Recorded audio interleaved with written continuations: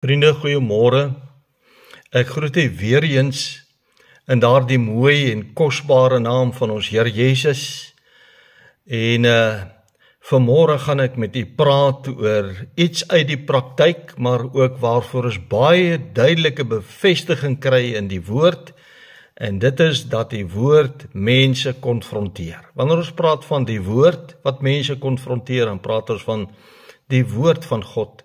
Die woorde wat vir ons opgeteken is in die Bybel.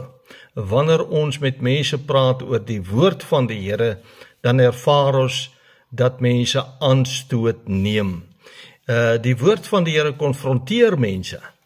En dis waaroor ek vanmôre met u wil praat. Jesus het iets baie kosbaar vir sy disippels en die ander omstanders geleer rondom dit, en ek wil vanmôre vir u lees in Johannes 6 vanaf vers 41. Jy kan net luister of volg terwyl ek dit lees. Baie interessant wat Jesus alles vir sy disippels en die omstanders sê. Johannes 6 vanaf vers 41. Toe murmureer die Jode oor hom, omdat hy gesê het, ek is die brood wat uit die hemel neergedaal het.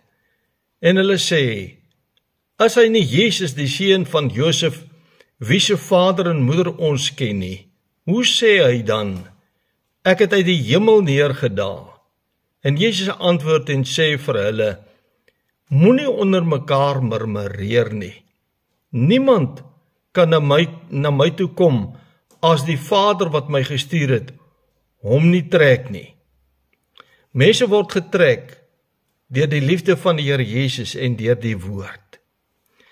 Ek sal hom opwek in die laaste dag. Dit is geskrywe in die profete, en hulle sal almal deur God geleer wees, elkeen dan, wat dit van die Vader gehoor en geleer het, kom na my toe.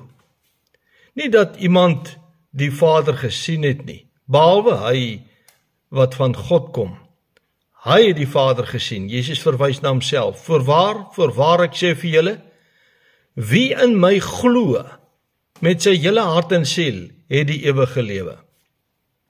Ek is die brood van die lewe. Julle vaders het die manna in die woestyn geëet en het gesterwe. Dit is die brood wat uit die hemel neerdaal, sodat iemand daarvan kan eet en nie sterwe nie. Ek is die lewende brood wat uit die hemel neergedaal het. As iemand van hierdie brood eet, sal hy lewe tot in ewigheid. En die brood wat ek sal gee, is my vlees, wat ek vir die lewe van die wêreld sal gee. Die Jode het toe met mekaar gestry en gesê, hoe kan hy ons sy vlees gee om te eet? En Jesus sê vir hulle, voorwaar ek sê vir julle, as julle nie die vlees van die seun van die mens eet en sy bloed drink nie, het julle geen lewe in julleself nie. Hy wat my vlees eet en my bloed drink, het die ewige lewe, en ek sal hom opwek in die laaste dag, want my vlees is waarlik spys en my bloed is waarlik drank. Wie my vlees eet en my bloed drink, bly in my en ek in hom. Soos die lewende Vader my gestuur het, en ek deur die Vader lewe, so sal hy wat my eet ook deur my lewe. Dit is die brood wat uit die hemel neergedaal het, nie soos julle vader die manna geëet en gesterwe het nie. Wie hierdie brood eet, sal tot in ewigheid lewe. Hierdie dinge het hy gesê in die sinagoge, toe hy in Kapernaum onderrig gegee het. En baie van sy disippels het gesê, toe hulle dit hoor, hierdie woord is hard, wie kan daarna luister? En Jesus het in homself geweet dat sy disippels hieroor murmureer, en hy sê vir hulle, is dit julle tot 'n aanstoot? Hoe dan, as julle die seun van die mens daarheen sien opvaar, waar hy tevore was? Dit is die gees wat lewend maak, die vlees is van geen nut nie. Die woorde wat ek tot julle spreek is gees en is lewe. Maar daar is sommige van julle wat nie glo nie, want Jesus het van die begin af geweet wie hulle was wat nie glo nie, en wie hy was wat hom sou verraai, Judas Iskariot. En hy sê, om hierdie rede het ek vir julle gesê dat niemand na my toe kan kom as dit hom nie deur die Vader gegee is nie. Deur my Vader gegee is nie. Hieroor het baie van sy disippels teruggegaan en nie saam met hom gewandel nie. Toe sê Jesus vir die 12, wil julle nie ook weggaan nie? En Simon Petrus antwoord hom, Here, na wie toe sal ons gaan? U het die woorde van die ewige lewe en ons het geglo en erken dat u die Christus is, die Seun van die lewende God. Nou, liewe vriende, Jesus sê hier baie interessante dinge. Hy sê, as iemand nie van my vlees eet en van my bloed drink nie. Hy bedoel, ons moet ons so vereenselwig met die offer wat Jesus aan die kruis vir ons gebring het, dat dit vir ons sal wees asof ons sy vlees geëet het en sy bloed gedrink het. Ons vereenselwig ons met daardie offer van Jesus. Hy is die brood van die lewe. Hy het gekom in ons om aan ons lewe te gee. Is nie letterlik nie, dis geestelik en ons moet dit verstaan. Nie die woorde was so hard vir sy disippels en ook vir die Jode dat hulle dit nie kon verstaan nie. Kom ons bid net saam. Here Jesus, baie dankie vir u woord. U woord is in sekere opsigte vir ons moeilik om te verstaan en ons kan dink dat u disippels en die Jode gesukkel het om alles te verstaan. En op daardie stadium was hy nog nie gekruisig nie, het nog nie die prys vir ons sondes betaal nie, het voor die tyd vir hulle lering gegee, was vir hulle moeilik om alles te verstaan. En hy sê uitdruklik, hulle het aanstoot aan u geneem. Ag Here, daar is so baie mense wat aanstoot aan u en die woord neem. Ons wil vra, kom leer ons vanmôre weer eens u woord. Praat tot mense se harte. Skud mense wakker. Ons leef so in die laaste dae, so vlak voor die wederkoms van Jesus, as so min tyd om met Jesus reg te maak. Maar Here, u sê, vertraag nie die belofte van die wederkoms, so sommige dit vertraging ag nie. Maar hy is lankmoedig oor ons. Wil nie dat sommige verlore moet gaan nie, maar dat almal tot bekering moet kom. Is die wil van Jesus dat elke sondaar sy stem moet hoor en deur die Heilige Gees oortuig moet word en voor Jesus moet buig en sê ek is 'n sondaar, Here, hier is my lewe. Baie dankie vir u woord, kom praat met ons in Jesus se naam. Amen. Ek wil net weer een vers in die voorhou uit ons geleesde gedeelte. Daar's baie ander tekste wat ek in die loop van die boodskap gaan aanhaal om my boodskap te verduidelik. 'n Baie interessante boodskap weer eens wat ek met u gaan deel. Heel wat uit die skrif, maar ook uit die praktyk wat ek my boodskap met u vanmôre wil deel. Ek dink dit gaan 'n baie interessante boodskap wees vir elkeen wat daarna luister en vertrou dat dit vir u tot seën sal wees en dat u dit graag vir iemand anders ook sal wil stuur. Nou ek hou aan die voor Johannes 6 vers 60 en dis die woorde van Jesus se disippels wat Johannes geskryf het. Hy sê, en baie van sy disippels het gesê toe hulle dit hoor, hierdie woord is hard. Wie kan daarna luister? Die woorde wat Jesus gespreek het was so hard dat hulle sê, wie kan daarna luister? Want dit is so hard. En ek praat vanmôre met u onder die tema gekonfronteer deur die woord. Die woord van God konfronteer ons baie keer. Wanneer ons na 'n preek luister, wanneer ons dit lees, wanneer iemand skrif aanhaal, wat die rede ook al mag wees, maar ons word baie keer gekonfronteer deur die woord. Nou ek wil 'n illustrasie van 'n konfrontasie gebruik as voorbeeld.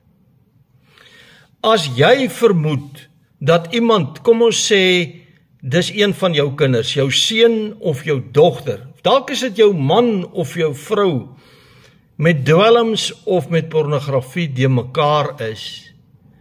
En jy die moed uiteindelik by mekaar geskraap het om daardie persoon te konfronteer, wetende dat dit op 'n fiasco kan uitloop, dan doen jy dit net omdat jy die waarheid wil hoor en die waarheid wil weet en omdat jy daardie persoon baie graag wil help.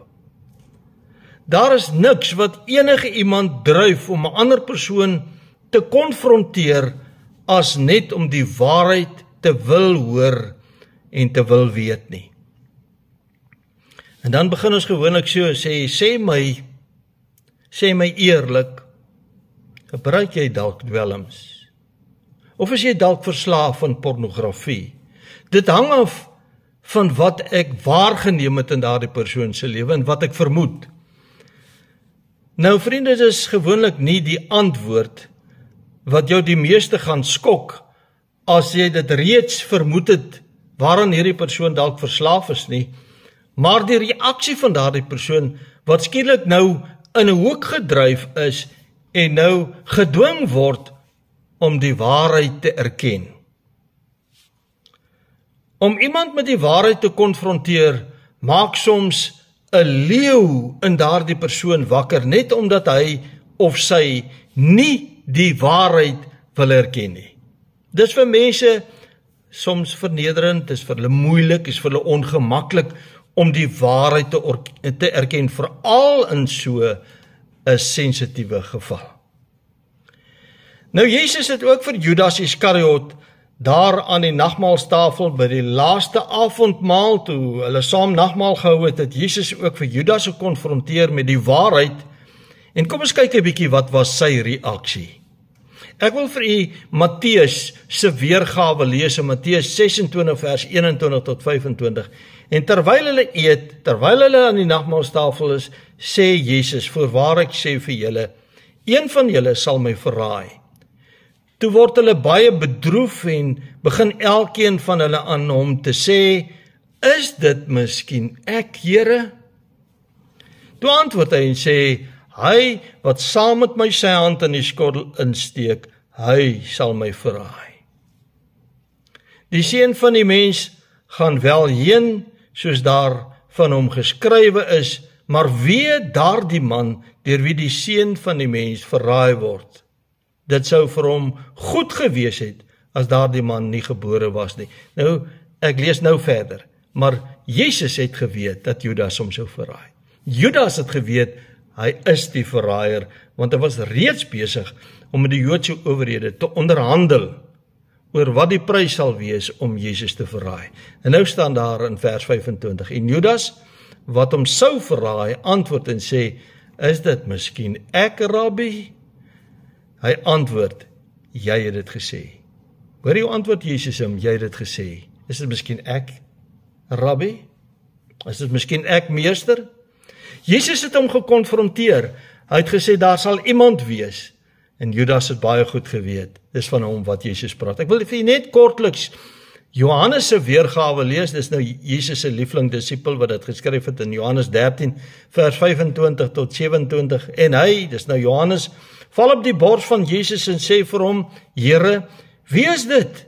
Jesus antwoord, dit is die een aan wie ek die stukkie sal gee as ek dit ingedoop het. Nou so 'n bietjie anders as wat ons in Matteus lees. Daar staan dat Jesus 'n stukkie brood gedoop het en vir hom gegee het. En toe hy die stukkie ingedoop het, gee hy dit aan Judas Iskariot, die seun van Simon. En nadat hy die stukkie geneem het, het die Satan in hom gevaar en Jesus sê vir hom, wat jy doen, doen dit haastig.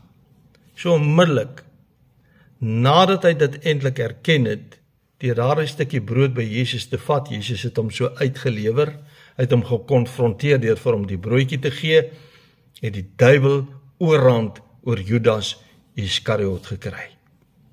Maar vriende, ek wil vir u vanmôre sê, niks is so reguit en niks is so konfronterend soos die woord van die Here nie.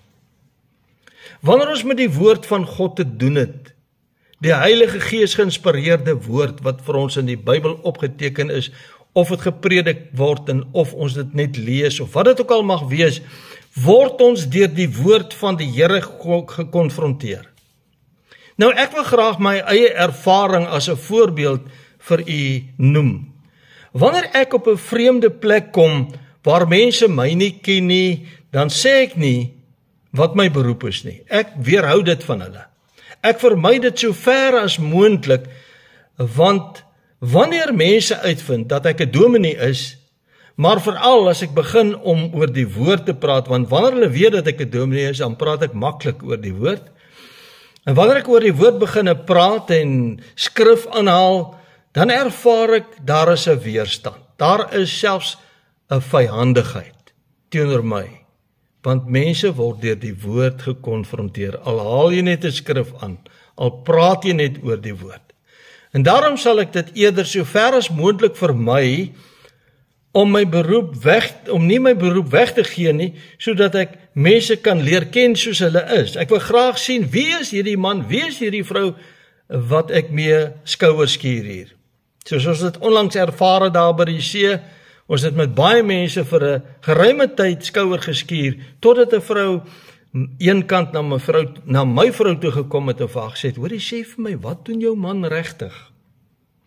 En my vrou kon nie jokkie sê vir haar, my man is 'n dominee. En haar reaksie was onmiddellik, ek het dit geweet. Ek het dit geweet. Maar sodra mense uitgevind het wat my beroep is, dan sal hulle vir my sê, hoekom het jy nie vir my lankal gesê jy's 'n dominee nie, want dan het ek nie so voor jou gevloek nie, of ek het nie voor jou gedrink nie, of ek het nie dit of dat voor jou gedoen nie. Maar weet jy wat, vriende, dan het ek hierdie persoon se ware karakter reeds raak gesien, ek het reeds agtergekom wie hy of sy is.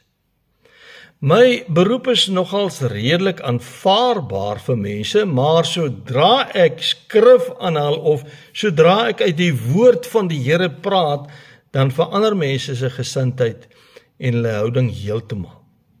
Dit verander soos dag by nag. Nou vriende, dit is nogal nie so maklik om 'n predikant te wees nie, want wanneer jy daar in die wêreld tussen mense beweeg en mense weet wie jy is, dan word jy so eenkant gehou. Hulle raak ongemaklik en later sien jy hulle is koud en afsydig. Want ek niks sou doen nie, ek het net oor die woord gepraat. Of ek het dalk nog nie eens die kans gekry om woord aan te haal om met hulle uit die skrif te praat nie. In sommige gevalle groet hulle my selfs nie meer nie. Ek het dit nou onlangs met die tyd wat ons daar gekamp het ek ervaar, daar 2 mans by my kom staan en gesels, land en sand gesels en oor allerhande dinge gepraat en iewers op 'n kolkruitjie geleentheid en ek bring die geestelike dinge in. En weet jy wat, die een persoon wat verskriklik baie gepraat het skielik stil geraak en in die toekoms het ek agtergekom daarna en toe sien ek, maar as hy my sien, dan loop hy ander paaie. Hy vermy my om my net nie te groet nie. Vriende, niks is so reguit en so konfronterend soos die woord van God nie.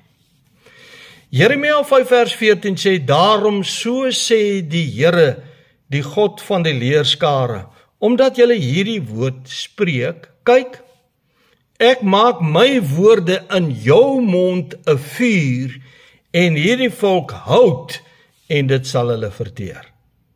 Is my aangrypend wat die Here sê. Hy sê, ek maak my woorde in jou mond, sê hy vir Jeremia, soos vuur, en die volk soos hout om hulle te verteer. Maar hoe konfronteer die woord van God mense? Luister 'n bietjie na Hebreërs 4 vers 12, want die woord van God is lewend, kragtig en skerper as enige tweesnydende swaard en dit dring deur tot die skeiding van siel en gees en van gewrigte en murg en is 'n beoordelaar van die oorlegginge en die gedagtes van die hart. Met ander woorde, my hele lewe word nou beoordeel wanneer ek die woord luister, wanneer ek die woord hoor, wanneer die woord na my toe kom, word selfs my gedagtes daardeur gekonfronteer, my lewe word daardeur gekonfronteer en my handelinge word daardeur gekonfronteer.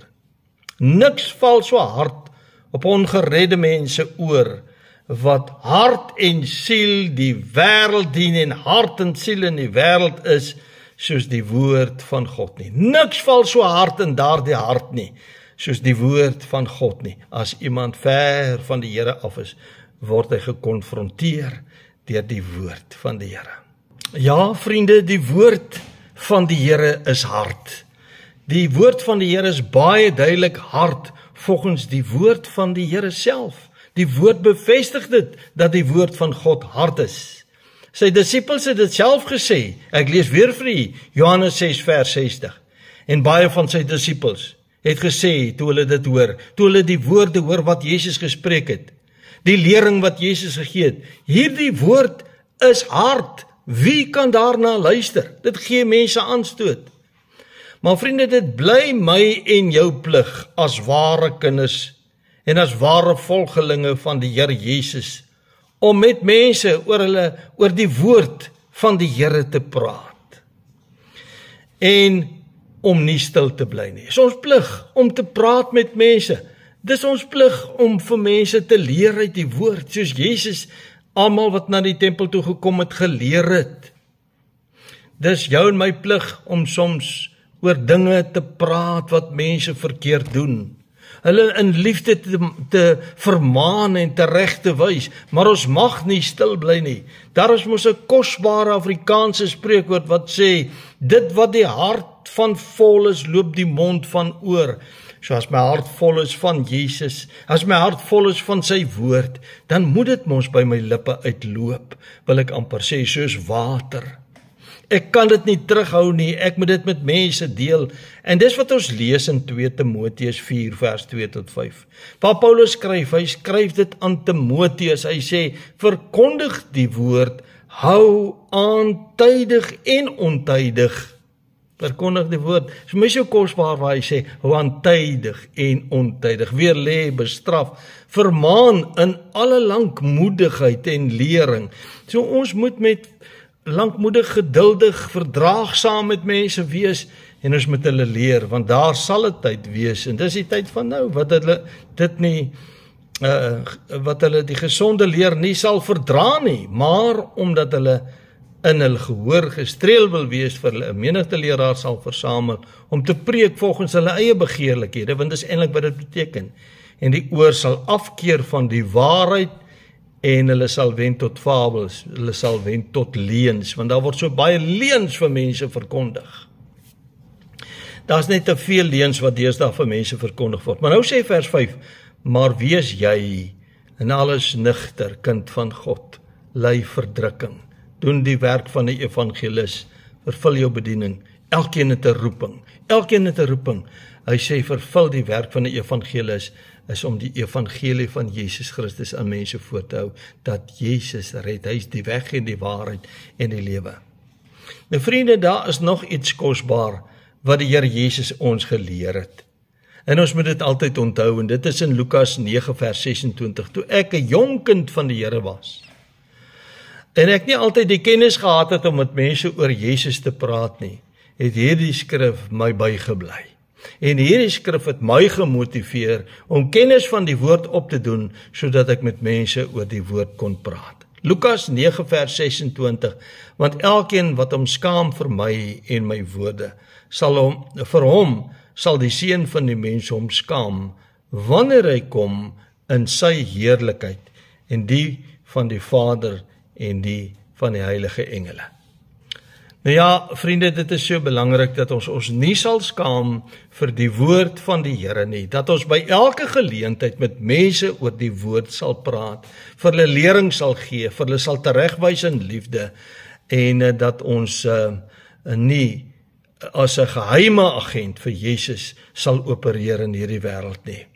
Maar ten spyte daarvan, dat die woord hard is daar tog die positiewe uitwerkings van die woord op mense se lewens. Nou vriende, die woord van die Here het 'n positiewe uitwerking op my lewe gehad. En vandag nog 'n positiewe uitwerking op my lewe en op baie mense se lewe gehad. Maar selfs toe ek ongered was, toe ek die woord gehoor het, het dit my gekonfronteer. En daar in Psalm 119 vers 130 is daar 'n interessante vers. Die opening van u woorde van die Here gee lig, dit maak die eenvoudiges verstandig. Die opening van u woorde gee lig. Die woord van die Here is soos lig vir iemand wat op 'n donker pad wandel. Nou vriende, die woord vermorsel 'n harde sondaarshart. Hoor mooi wat ek vir u sê, die woord vermorsel, hy vernietig daardie sondige hart, wanneer dit hier ingaan in hierdie hart. En daar in Jeremia 23 vers 29 staan geskryf, is u woord nie soos 'n vuur, spreek die Here, en soos 'n hamer, wat 'n rots vermorsel nie. Hy gebruik twee voorbeelde, hy sê, die Here se woord is soos 'n vuur, wat hier binne beginne brand, in my binneste. Dit brand my, dit ontstel my, maar dit is soos 'n hamer, wat 'n rots kan vermorsel, stikkend slaan. Nou ja, vriende, so is die woord van die Here, dit vermorsel 'n harde sondaars hart. Ek het al gesien hoe verkrummel mense se harde sondaars harte, wanneer die woord van God in daardie hart ingaan, en daardie mens se hart tref, soos 'n hamer wat 'n rots vermorsel. Dan verkrummel mense se harte, hulle kom in 'n erediens, hulle sit daar, en hulle is soos iemand wat 'n laaistok ingesluk het, hulle kan nie eers na kant toe, die kop buig nie, hulle is vreemd in daardie kerk, hulle is vreemd vir daardie prediking, of daardie prediking is vir hulle vreemd.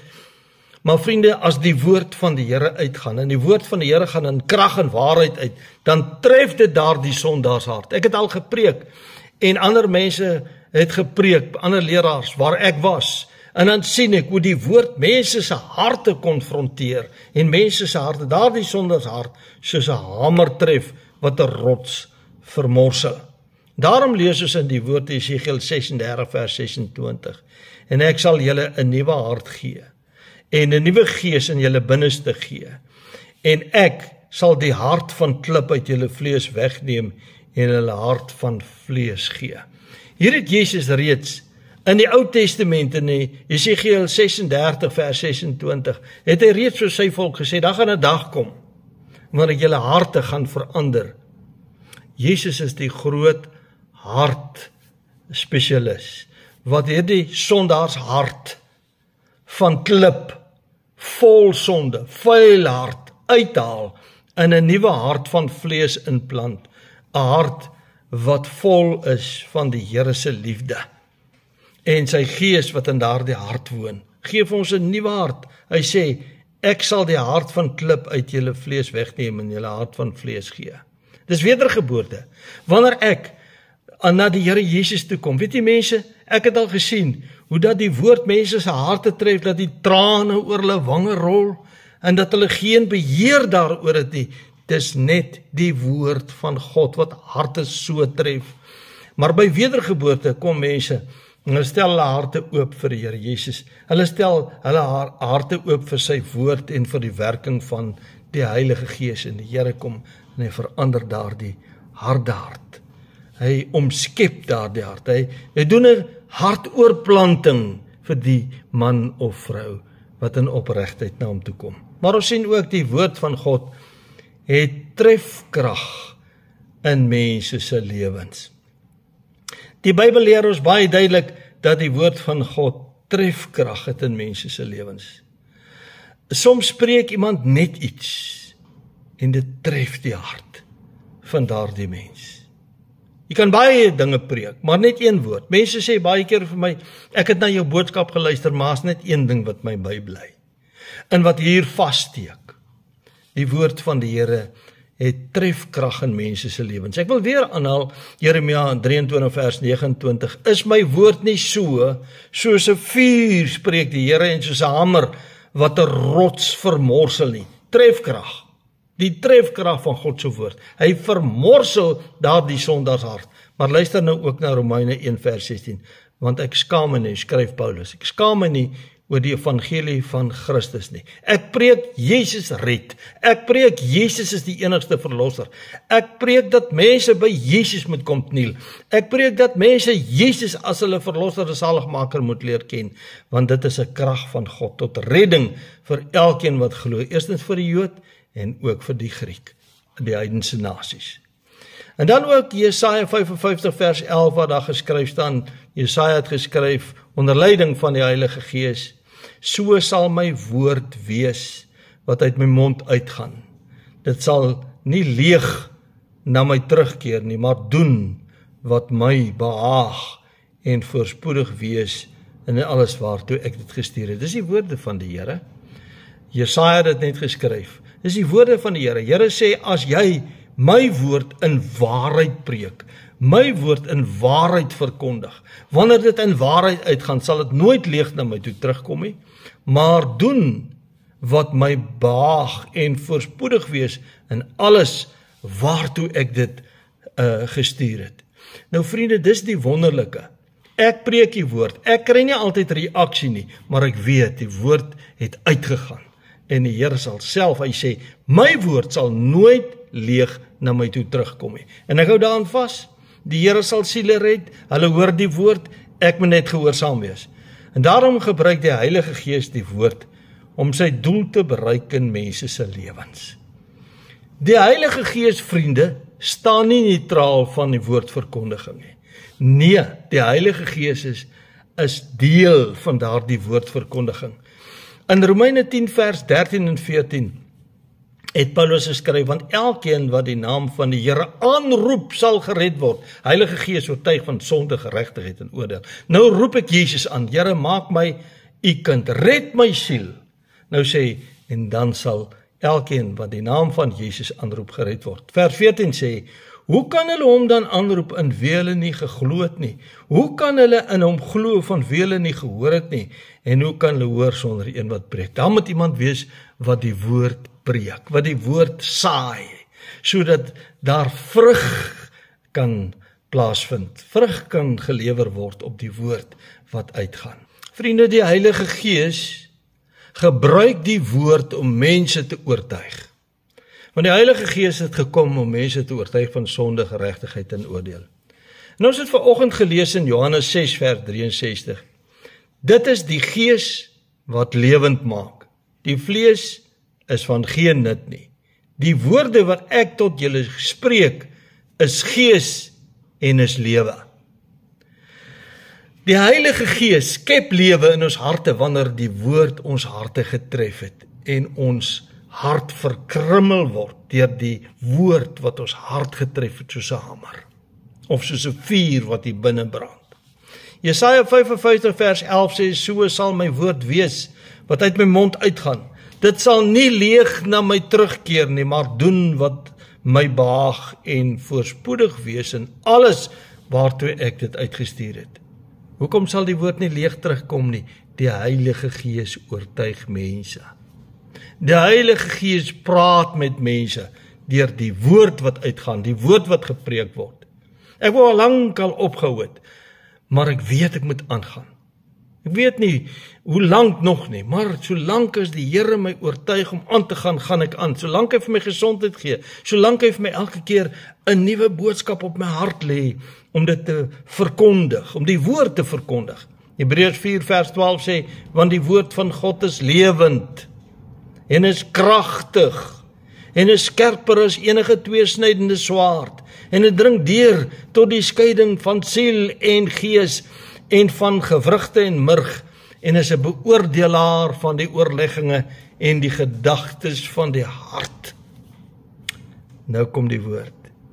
Ek dring in, oral, soos 'n skerp swaard.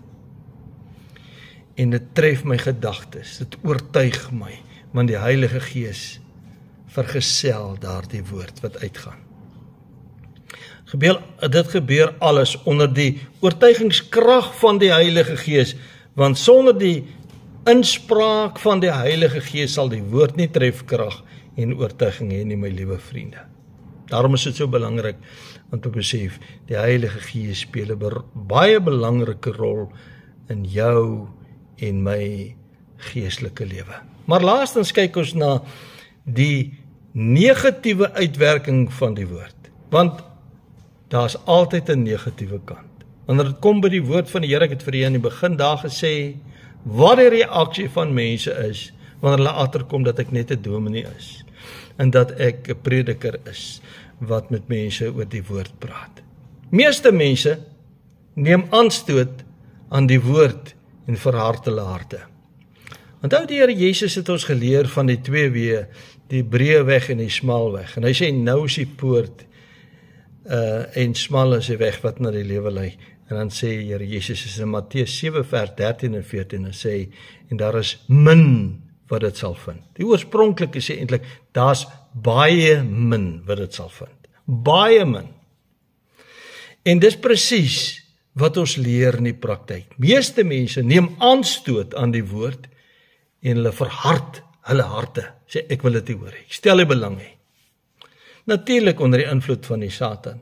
Ons leer dit met die gelykenis van die saaier in Matteus 13 vers 18 en 19. Luister dan na die gelykenis van die saaier.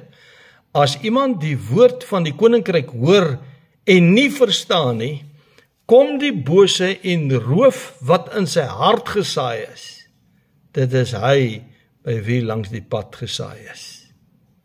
Wanneer hy woord hoor, hy verstaan dit nie, sy hart is toegesluit vir die woord, want baie mense verstaan dit nie, verhard hulle harte, dan kom die bose en hy roof daardie saad wat in sy hart gesaai is, weg, vat dit weg. Meeste mense bied weerstand teen die woord. Here sê, daar sal baie min mense by die koninkryk van die hemele ingaan. Mense bied weerstand teen die woord, omdat hulle aanstoot neem aan die woord van die Here. Johannes 6 vers 61, en Jesus het in homself geweet dat sy disippels hieroor murmureer. En hy sê vir hulle, is dit julle tot in aanstoot? Was hierdie woord wat ek tot julle gespreek het vir julle tot aanstoot? Ja, dit was. Johannes 6 vers 64 en 65, maar daar is sommige van julle wat nie glo nie. Want Jesus het van die begin af geweet wie hulle was wat nie glo nie. En wie hy was wat hom sou verraai. Vers 65, en hy sê, om hierdie rede het ek vir julle gesê, dat niemand na my toe kan kom, as dit hom nie deur my Vader gegee is nie. Nou weet jy vriende, die Here trek ons almal na hom toe, deur die woord, maar die Satan oefen 'n invloed in mense se lewens uit. Daar's twee redes waarom mense die woord nie aanvaar nie, waarom die woord vir hulle aanstoot gee. Die eerste is natuurlik onder die invloed van die Satan, soos ek reeds gesê het, hy kom en hy steel daai saad uit hulle harte uit, wat in die harte gesaai is, maar ook omdat die waarheid vir mense aanstoot gee, want die waarheid gee baie maklik aanstoot. Praat met mense oor die waarheid, of vra vir mense die waarheid, en jy hoor nie altyd die waarheid nie. Die waarheid gee vir mense aanstoot. In meeste gevalle neem mense aanstoot, wanneer hy vir hulle sê, jy gaan hel toe, as jy nie Jesus as jou verlosser het nie. Hy sê, wie die seun van die mens het die lewe, wie die seun nie het nie. As jy Jesus nie in jou lewe het nie, gaan jy nie hemel toe nie. As jy nie gered is nie, wedergebore is nie, gaan jy nie hemel toe nie. 'n Goeie godsdienstige lewe red nie, my liewe vriende. Maar selfs baie disippels van Jesus het hom al om hierdie rede verlaat. Hulle wat aanstoot geneem het hom verlaat. Hulle wat hom nie aanstoot geneem het nie, en tot die dood toe aan Jesus getrou gebly het, hulle sal die ewige lewe ontvang. Maar baie het aanstoot geneem. Selfs mense wat sê hulle is kinders van die Here, het iewers al aanstoot geneem en weggedraai van Jesus af. Hulle was nie gered nie, of wat daar gebeur het, weet ek nie. Ek kan dit nie verklaar. Johannes 6 vers 66 tot 69. Hieroor het baie van sy disippels teruggegaan. Nou, hy praat van in die algemeen disippels. Jesus het baie disippels gehad, baie volgelinge gehad. Disippels beteken volgelinge. Nou staan hieroor het baie van sy disippels teruggegaan en nie meer saam met hom gewandel nie, want die woord was te hard, hulle kon daarna nie luister nie. Toe sê Jesus vir die 12, wil julle nie ook weggaan nie? En Simon Petrus antwoord hom, Here, na wie toe sal ons gaan? U het die woorde van die ewige lewe. En ons het geglo en erken dat U die Christus is, die Seun van die lewende God.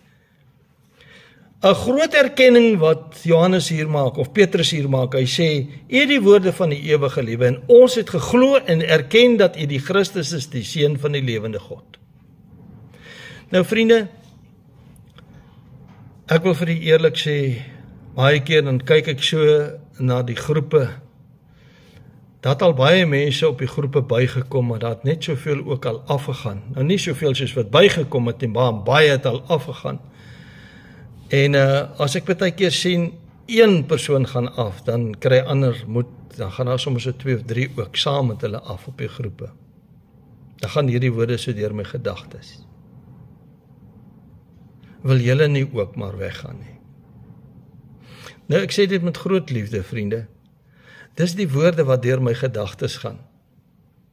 Maar ek weet, mense, daar's verskeie redes waarom mense die groepe verlaat. Baie mense het probleme met genoeg data, hulle het nie genoeg data nie. Ander mense sê, ek het nie tyd om na die boodskappe te luister nie, so waarom bly ek op die groep as ek nie die boodskappe kan luister nie? En die ander neem aanstoot aan die woord. Die woord is teregheid. Dis gewoonlik die mense wat onlangs bygekom het, wat 'n geleentheid vind om weg te gaan. Hulle raak geïrriteer oor die woord. Die woord is hard. Wie kan daarna luister? Ek wil vanmôre vir u vra, gee die woord ook vir u aanstoot. Of verbly die woord u hart. U moet self oordeel. En dan weet u waar staan u met die Here. As die woord jou irriteer, as die woord van God jou aanstoot gee, dan moet jy vir jouself vra, gee die woord aanstoot, of verbly dit my hart?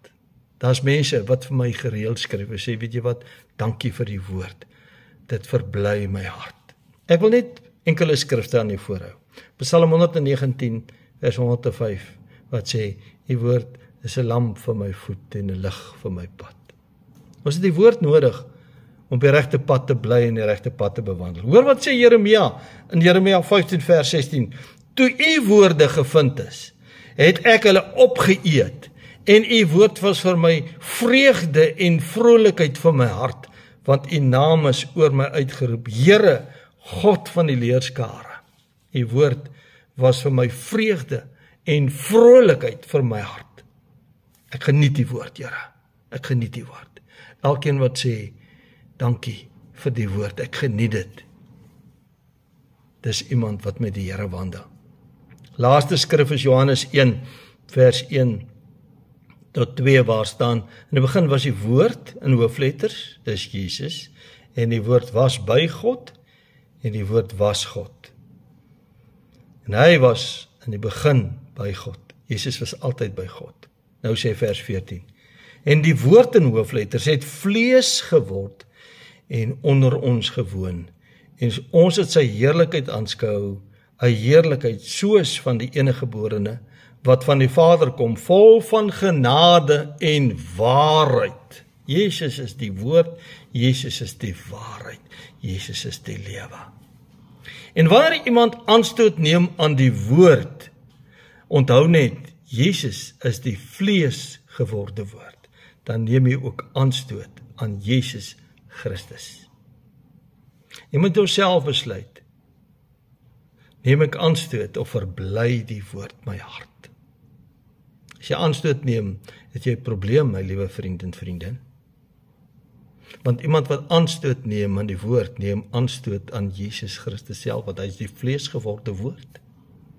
En jy kan nie die saligheid ontvang as jy aanstoot aan Jesus neem nie. Verbly jou in die Here, ek herhaal, verbly jou in die Here. Kom na Jesus toe, gee oor aan hom. Verbly jou, kind van die Here, verbly jou in die woord van die Here.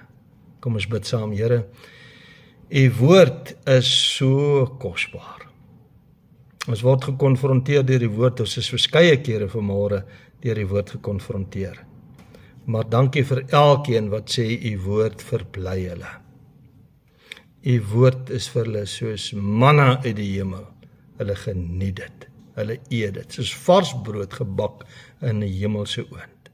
Dankie vir u woord, dankie vir u self, en praat met mense, handel met mense in Jesus se naam. Amen. My vriende, mag u 'n wonderlike dag hê. Baie seën vir u. En 'n geseënde week ook. Totsiens.